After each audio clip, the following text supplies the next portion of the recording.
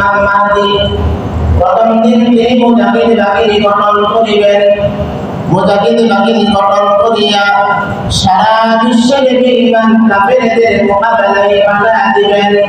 এমনকি নবীজির আরো একটা হাদিসের মধ্যে পাওয়া যায়, সারা বিশ্বের বেঈমান কাফেরদের মধ্যে এই পরিমাণ শক্তি থাকবে, শুধু বাংলাদেশ, পাকিস্তান, ভারত নয়, লন্ডন, আমেরিকা নয়, ইতালি, ফিলিস্তিন নয়, আল্লাহ নবী বলেন হাত্তাল খাইবারা, হাত্তাল খাইবারা।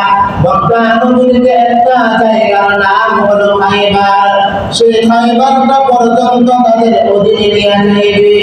এরকম সময় ইমাম মাহদী আলাইহিস সালাম আসিয়া 4 দিন ক্লাস করিবেন।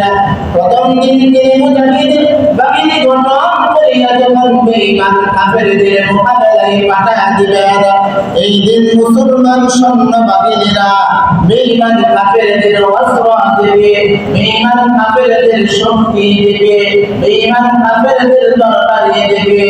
মুসলমান সৈন্য বাহিনীরা জিহাদের ময়দান থেকে পলায়ন করবে। আল্লাহর নবীজি বলেন এই দিন যারা জিহাদের ময়দান থেকে পলায়ন করবে, আল্লাহ এদের দোয়া কখনোই কবুল করবে না।